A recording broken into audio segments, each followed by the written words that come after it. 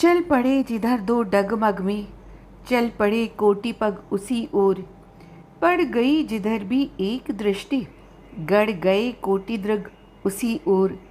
जिसके सिर पर निज धरा हाथ, उसके सिर रक्षक कोटि हाथ। जिस पर निज मस्तक झुका दिया, झुक गए उसी पर कोटि माथ। झुक गए उसी पर कोटि माथ। मोहनदास करमचंद गांधी, जिन्हें बापू, महात्मा और राष्ट्रपिता महात्मा गांधी के नाम से पूरी दुनिया जानती है, जिन्होंने अपने असाधारण कार्यों एवं अहिंसावादी विचारों से पूरे विश्व की सोच बदल दी। आज़ादी एवं शांति की स्थापना ही उनके जीवन का एकमात्र लक्ष्य था। गांधी जी द्वारा स्वतंत्रता और शांति के लिए शुरू की गई इस लड़ाई ने भारत और दक्षिण अफ्रीका के कई ऐतिहासिक आंदोलनों को एक नई दिशा प्रदान की। भारतीय स्वतंत्रता संग्राम में महात्मा गांधी का योगदान अतुलनीय था।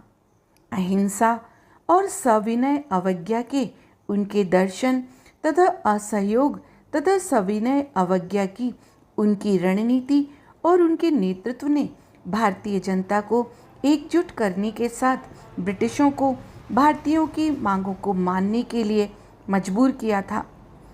गांधी जी की विरासत आज भी विश्व भर के लोगों को न्याय और स्वतंत्रता के लिए लड़ने हेतु प्रेरित करती है।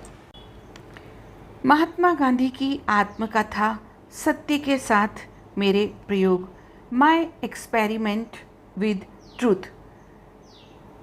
यह आत्मकथा उनके बचपन से लेकर 1921 तक के जीवन को कवर करती है।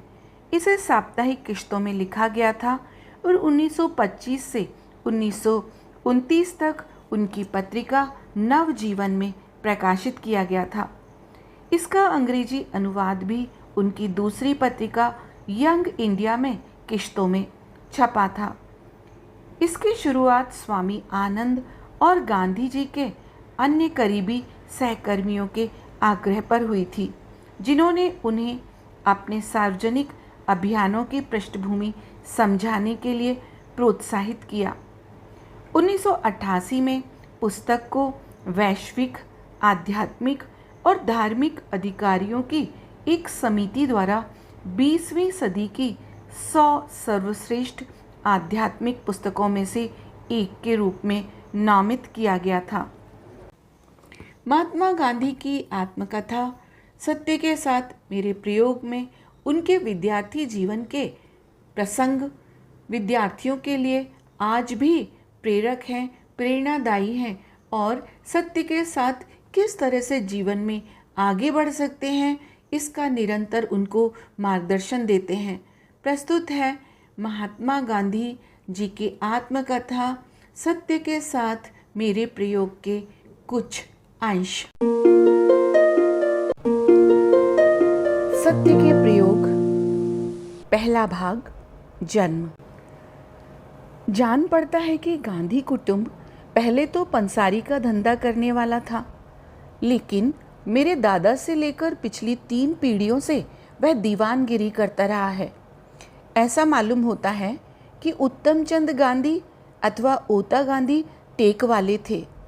राजनीतिक खटपट के कारण उन्हें पोरबंदर छोड़ना पड़ा था और उन्होंने जूनागढ़ राज्य में आश्रय लिया था। उन्होंने नवाब साहब को बाएं हाथ से सलाम किया। किसी ने इस प्रकट अभिनय का कारण पूछा तो जवाब मिला, दाहिना हाथ तो पोरबंदर को अर्पित हो चुका है। ओता गांधी के एक के बाद 2 विवाह हुए थे। पहले विवाह से उनके 4 लड़के थे और दूसरे से 2। अपने बचपन को याद करता हूँ तो मुझे ख्याल नहीं आता कि ये भाई सौतेले थे। इनमें 5वें करमचंद अथवा कबा गांधी और आखिरी तुलसीदास गांधी थे। दोनों भाइयों ने बारी बारी से पोरबंदर में दीवानगिरी छोड़ने का काम किया। कबा गांधी मेरे पिताजी थे। पोरबंदर के दीवानगिरी छोड़ने के बाद वे राजस्थानी कोर्ट के सदस्य थे। बाद में राजकोट में और कुछ समय के लिए वांकानेर में दीवान थे। मृत्यु के समय वे राजकोट दरबार के पेंशनर थे। पिता कुटुंब प्रेमी, सत्यप्रिय, शूर, उदार किंतु क्रोधी थे। हमारे परिवार में और बाहर भी उनके विषय में यह धारणा थी कि वे रिश्वतखोरी से दूर रहते हैं और इसलिए शुद्ध न्याय करते हैं। राज्य के प्रति वे वफादार थे। एक बार प्रांत के किसी साहब ने राजकोट के ठाकुर साहब का अपमान किया था। पिताजी ने इसका विरोध किया। साहब नाराज हुए, कबा गांधी से माफ़ी मांगने के लिए कहा। उन्होंने माफ़ी मांगने से इनकार कर दिया। फलस्वरूप कुछ घंटों के लिए उन्हें हवालात में भी रहना पड़ा। इस पर भी जब वे डिगे नहीं तो अंत में साहब ने उन्हें छोड़ने का हुक्म दिया। पिताजी ने धन बटोरने का लोभ कभी नहीं किया। इस कारण हमें बहुत थोड़ी संपत्ति ही वह छोड़कर गए। पिताजी की शिक्षा केवल अनुभव की थी। आजकल जिसे हम गुजराती की 5वीं किताब का ज्ञान कहते हैं, उतनी शिक्षा उन्हें मिली होगी। इतिहास भूगोल का ज्ञान तो बिल्कुल ही ना था। फिर भी उनका व्यवहारिक ज्ञान इतने ऊंचे दर्जे का था कि बारीक से बारीक सवालों को सुलझाने में अथवा 1000 आदमियों से काम लेने में उन्हें कोई कठिनाई नहीं होती थी। मेरे मन पर यह छाप रही है कि माता साध्वी स्त्री थी। वे बहुत श्रद्धालु थीं। बिना पूजा पाठ के कभी भोजन न करती। हमेशा हवेली यानी वैष्णव मंदिर जाती। जब से मैंने होश संभाला तब से मुझे याद नहीं पड़ता कि उन्होंने कभी चातुर्मास का व्रत तोड़ा हो। वे कठिन से कठिन व्रत शुरू करती और उन्हें निर्विघ्न पूरा करती। लिए हुए व्रतों को बीमार होने पर भी कभी न छोड़ती। ऐसे एक समय की मुझे याद है कि जब उन्होंने चंद्रायण का व्रत लिया था। व्रत के दिनों में वे बीमार पड़ी पर व्रत नहीं छोड़ा। चातुर्मास में एक बार खाना तो उनके लिए सामान्य बात थी। इतने से संतोष न करके एक चौमासे में उन्होंने तीसरे दिन भोजन करने का व्रत लिया था। लगातार 3 उपवास तो उनके लिए मामूली बात थी। एक चातुर्मास में उन्होंने यह व्रत लिया था कि सूर्य नारायण के दर्शन करके ही भोजन लेंगी। उस चौमासे में हम बालक बादलों के सामने देखा करते कि कब सूरज के दर्शन हो और कब माँ भोजन करे। यह तो सब जानते हैं कि चौमासे में अक्सर सूर्य के दर्शन दुर्लभ हो जाते हैं। मुझे ऐसे दिन याद हैं जब हम सूरज को देखते और कहते, माँ माँ सूरज दिखा, और माँ उतावली होकर आती। इतने में सूरज छिप जाता और माँ यह कहती हुई लौट जाती कि कोई बात नहीं, आज भाग्य में भोजन नहीं है, और अपने काम में डूब जाती। माता व्यवहार कुशल थी। राज दरबार की सब बातें जानती थी। कभी कभी माताजी मुझे अपने साथ दरबार गढ़ भी ले जाती थी। माँ साहब के साथ होने वाली बातों में से कुछ बातें मुझे अभी तक याद हैं। इन्हीं माता पिता के घर में संवत 1925 की भादो बदी 12 के दिन अर्थात 2 अक्टूबर 1869 को पोरबंदर अथवा सुदामापुरी में मेरा जन्म हुआ। सत्य के साथ मेरे प्रयोग आत्मकथा मोहनदास करमचंद गांधी। अध्याय 2 बचपन। पोरबंदर से पिताजी राजस्थानी कोर्ट के सदस्य बनकर राजकोट गए। उस समय मेरी उम्र लगभग 7 साल की होगी। मुझे राजकोट की ग्रामशाला में भर्ती किया गया। इस शाला के दिन मुझे अच्छी तरह याद हैं। शिक्षकों के नाम धाम भी याद हैं। पोरबंदर की तरह यहाँ की पढ़ाई के बारे में भी जानने लायक कोई खास बात नहीं है। मैं मुश्किल से साधारण श्रेणी का विद्यार्थी रहा होऊंगा। ग्रामशाला से उपनगर की शाला में और वहाँ से हाई स्कूल पहुँचने में मेरे 12 वर्ष बीत गए। मुझे याद नहीं पड़ता कि इस बीच मैंने किसी भी समय शिक्षकों को धोखा दिया हो, और न तब तक किसी को मित्र बनाने का स्मरण है। मैं बहुत ही शर्मीला लड़का था। पाठशाला में अपने काम से ही काम रखता था। घंटी बजने के समय पहुंचता और पाठशाला के बंद होते ही घर भागता। भागना शब्द मैं जानबूझकर लिख रहा हूँ, क्योंकि किसी से बातें करना मुझे अच्छा न लगता था। साथ ही यह डर भी रहता था कि कोई मेरा मजाक उड़ाएगा तो।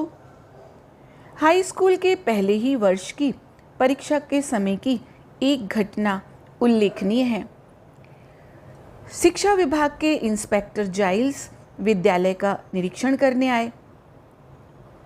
उन्होंने पहली कक्षा के विद्यार्थियों को अंग्रेजी के 5 शब्द लिखाए।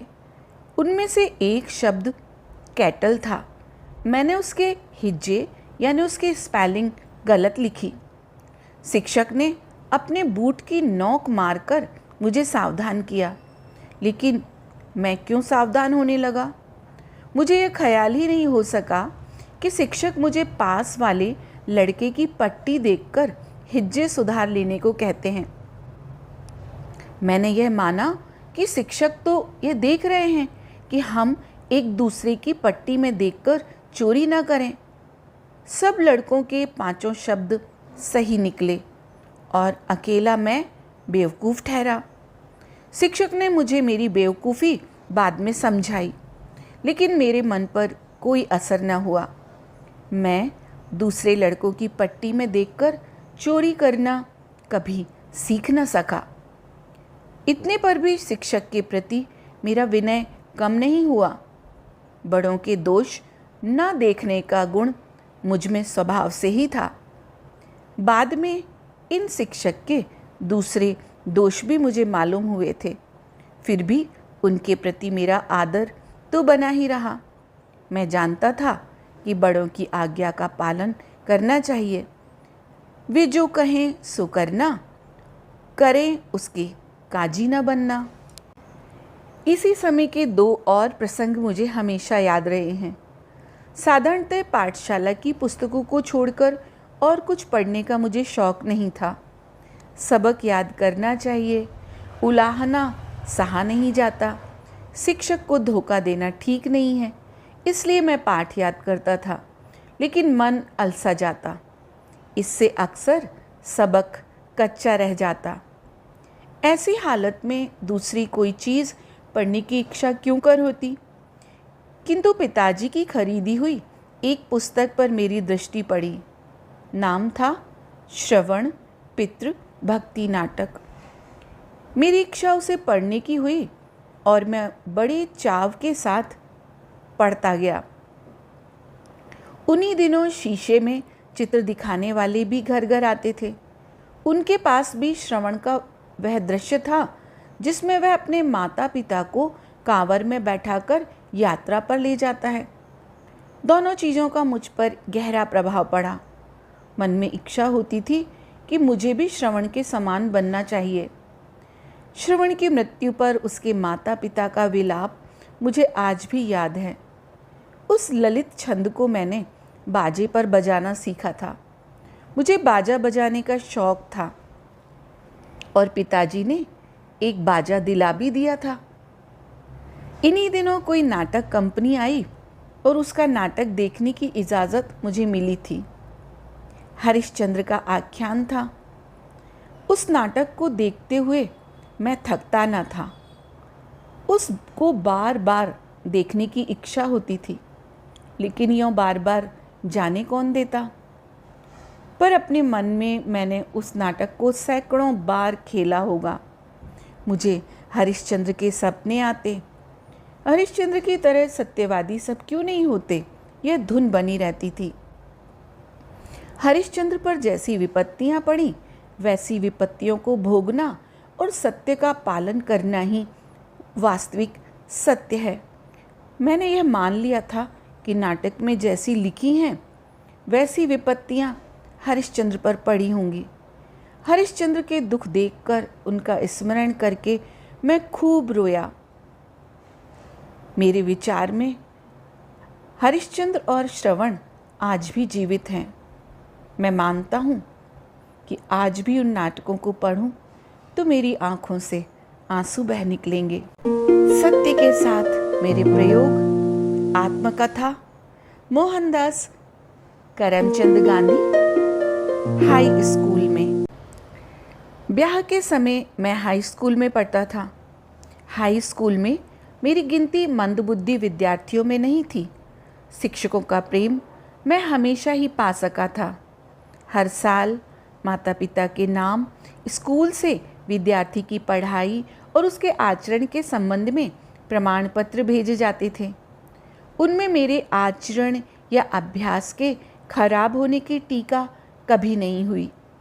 दूसरी कक्षा के बाद मुझे इनाम भी मिले और 5वीं तथा 6ठी कक्षा में क्रमशः प्रतिमास 4 और 10 रुपये की छात्रवृत्ति भी मिली थी।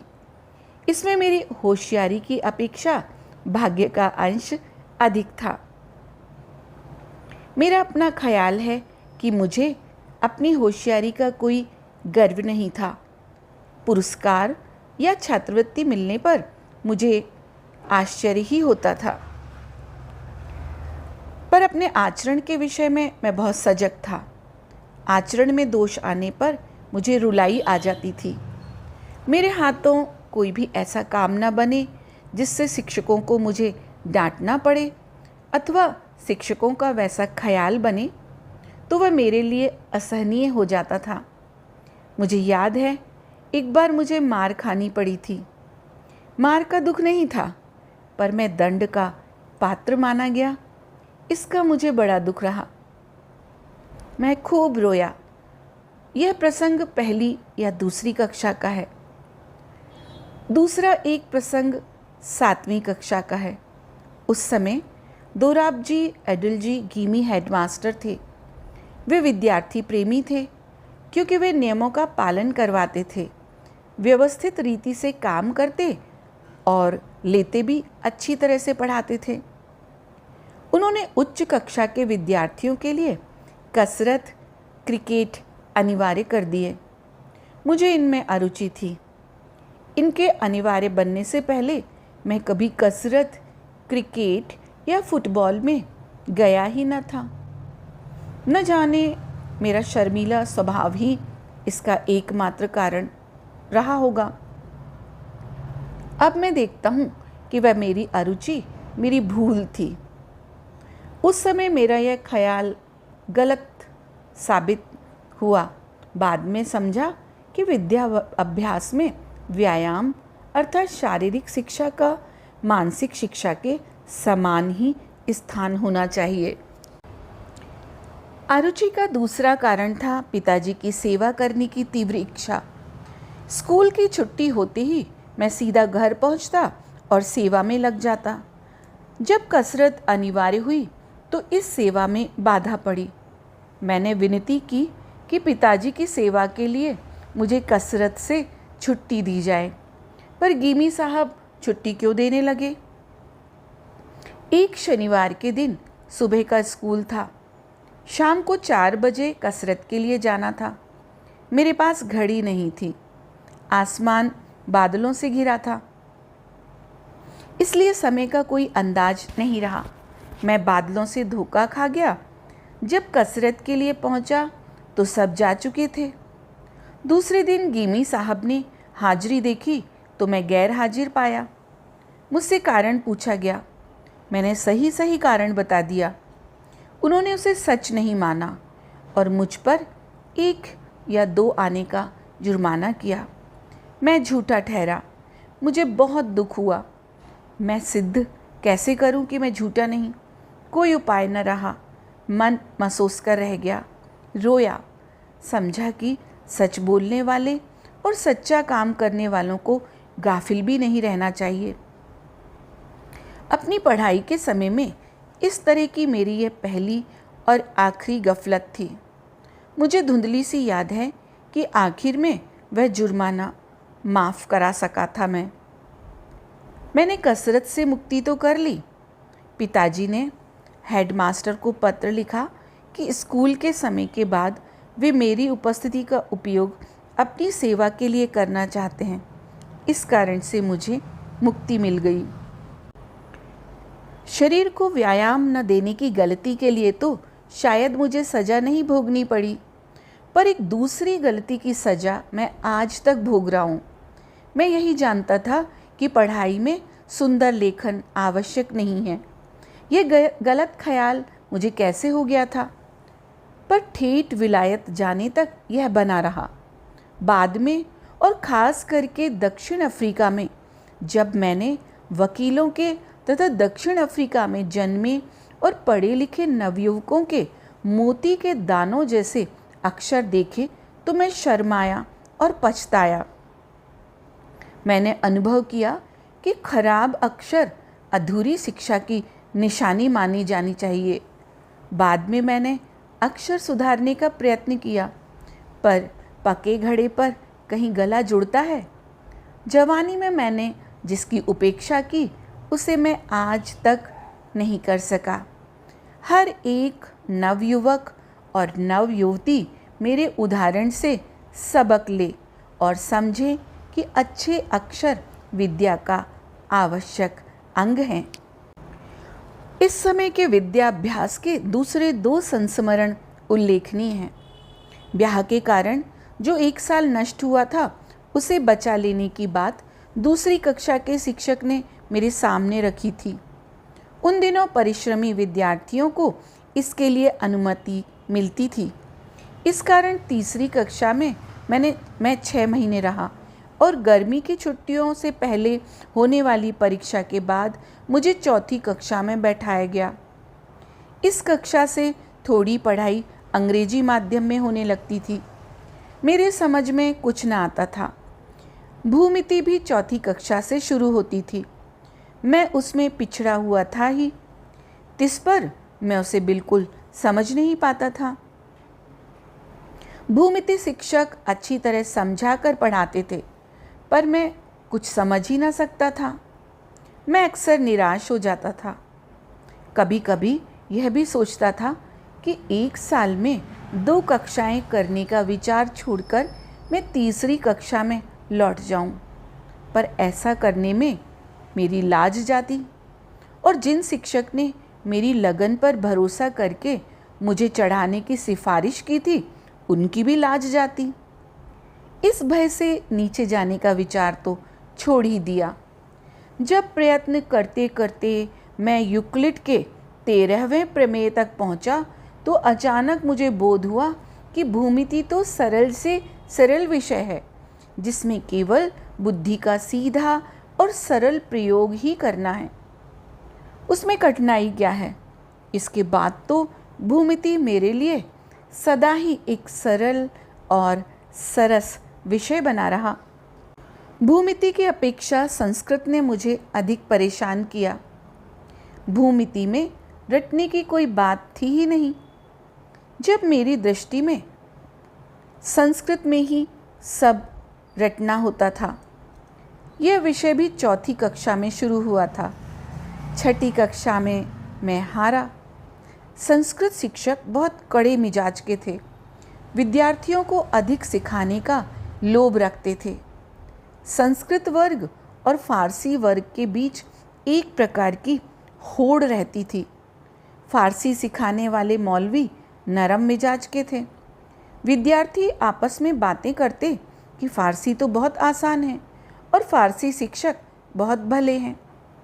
विद्यार्थी जितना काम करते हैं उतने से वे संतोष कर लेते हैं। मैं भी आसान होने की बात सुनकर ललचाया और एक दिन फारसी के वर्ग में जाकर बैठ गया।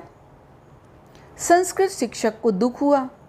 उन्होंने मुझे बुलाया और कहा, यह तो समझ तू किनका लड़का है? क्या तू अपने धर्म की भाषा नहीं सीखेगा? तुझे जो कठिनाई हो सो मुझे बता। मैं तो सब विद्यार्थियों को बढ़िया संस्कृत सिखाना चाहता हूँ। आगे चलकर उसमें रस के घूंट पीने को मिलेंगे। तुझे यूँ हारना नहीं चाहिए। चल फिर से मेरे वर्ग में बैठ। मैं शर्माया। शिक्षक के प्रेम की अवगणना न कर सका। आज मेरी आत्मा कृष्ण शंकर मास्टर का उपकार मानती है, क्योंकि जितनी संस्कृत मैं उस समय सीखा उतनी भी न सीखा होता तो आज संस्कृत शास्त्रों में मैं जितना रस ले सकता हूँ उतना भी ना ले पाता। मुझे तो इस बात का पश्चाताप होता है कि मैं अधिक संस्कृत न सीख सका। अब तो मैं यह मानता हूँ कि भारतवर्ष की उच्च शिक्षा के पाठ्यक्रम में मातृभाषा के अतिरिक्त राष्ट्रभाषा हिंदी, संस्कृत, फारसी, अरबी और अंग्रेजी का स्थान होना चाहिए। भाषाओं की इस संख्या से किसी को नहीं डरना चाहिए। भाषा पद्धति पूर्वक सिखाई जाए तो सब विषयों को अंग्रेजी के माध्यम से सीखने सोचने का बोझ हम पर ना हो, तो ऊपर की भाषाएं सीखना सिर्फ बोझ रूप ना होगा, बल्कि उसमें बहुत ही आनंद आएगा। और जो व्यक्ति एक भाषा को शास्त्रीय पद्धति से सीख लेता है उसके लिए दूसरी का ज्ञान सुलभ हो जाता है।